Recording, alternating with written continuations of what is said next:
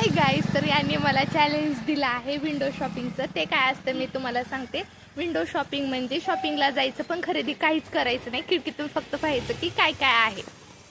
पाहिलं ना, नवरे किती हुशार असतात. म्हणजे बायकोला शॉपिंगला न्यायचं पण स्वतःच्या खिशातले 1 रुपया पण खर्च होणार नाही अशी काहीतरी अक्कल लढवायची. तर मी पण कशाला मागे राहते. मी पण म्हणले शर्यत जिंकले तर महिन्याच्या शेवटी मी पण तुमच्याकडून काहीतरी घेणार आहे.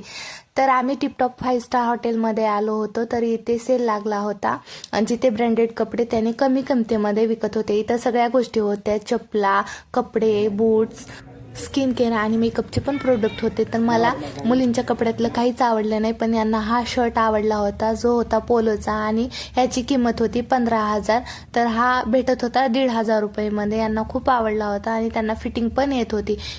पाहिलेत नवरे किती हुशार असतात. मला घेऊन जायचा फक्त बहाणा होता, त्यांना त्यांची शॉपिंग करायची होती. मग आम्ही इथं आलो मेकअप प्रोडक्टमध्ये. इथे लिपस्टिक होत्या 200च्या, पण त्याचं ब्रँड ते मला काहीच माहीत नव्हतं, त्यामुळे मी ते काहीच घेतलं नाही.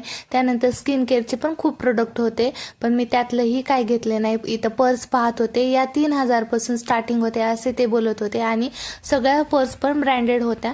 पण चॅलेंज होतं त्यामुळे मी काहीच घेतले नव्हते. आणि तसं पण हा सेल महिन्यातून 3 दिवसासाठी असतो, त्यामुळे विचार केला की नेक्स्ट टाइम घेऊया.